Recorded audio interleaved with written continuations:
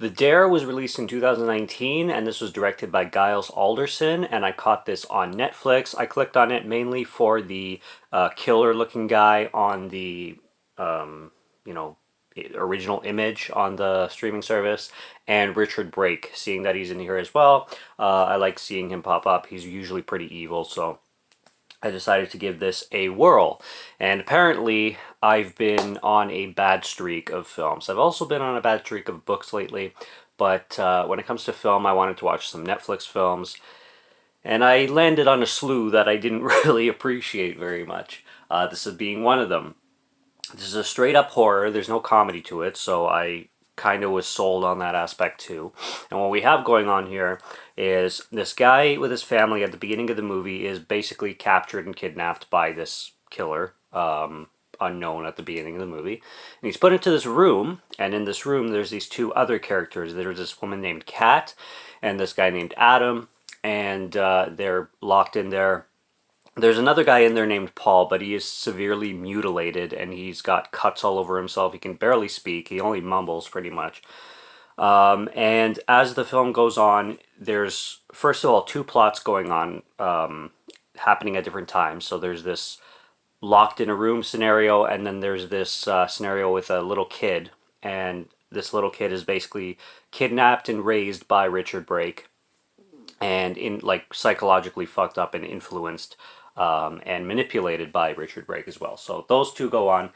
In the present day story with this guy trapped in this room, it's kind of Saw-esque. They're forced to mutilate each other essentially, and they're trying to figure out why they're there. Eventually, the main character kind of has this realization by recognizing everybody else in the room, which is dumb because he would have done that as soon as he saw their faces, but he instead only figures it out like hours later.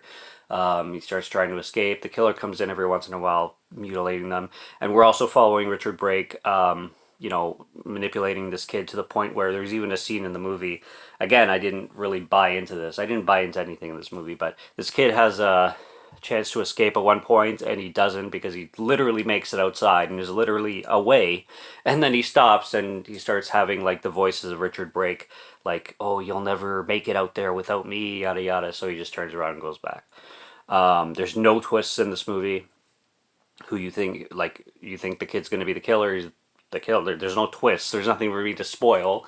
I'm waiting for a twist at the end of the film, but there is no twist that happens. It's just a predictable as fuck CGI filled gore movie. Like, there's intense moments that try to be very, Saw and Hostel-esque, but they don't work because they're CGI. They don't work because the people would be dead probably. Nothing's believable. Like, there's this mutilation of one guy's eyeball which wouldn't work. And something they do with the eyeball, I'm not going to spoil it, but it wouldn't work because, what's it called? Going into shock would play a part, and the actors are just not reacting to things the way that it would be believable. It's revealed the whole reason why they're there too, and it makes... it makes sense, but it's just not buyable. It's boring. It's uneventful. Like the backstory on why the killer is the way he is, and the villain, and why he put the people in that room, and why he's doing what he does, and how they're all connected. It's just, like I said, it's uneventful. It's not original. And it's and you also don't care about anybody in this film, which doesn't help at all.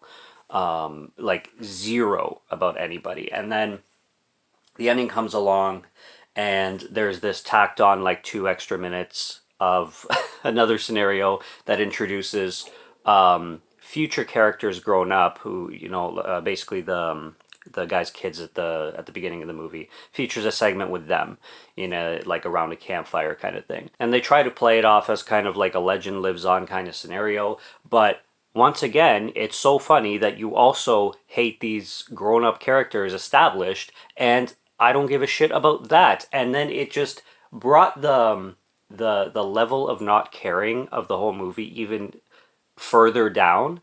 And and it just gives a more ridiculous, dumb ending that doesn't go anywhere. That maybe merits a sequel, but definitely not one that I care about.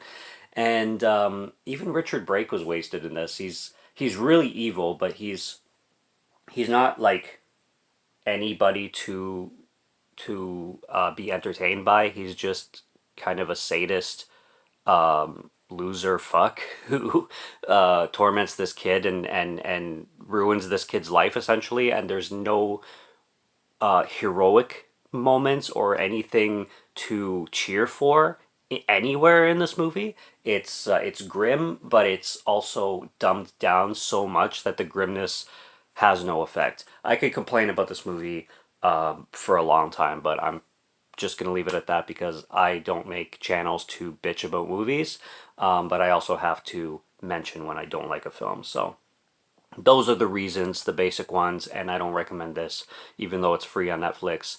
I'm not recommending it.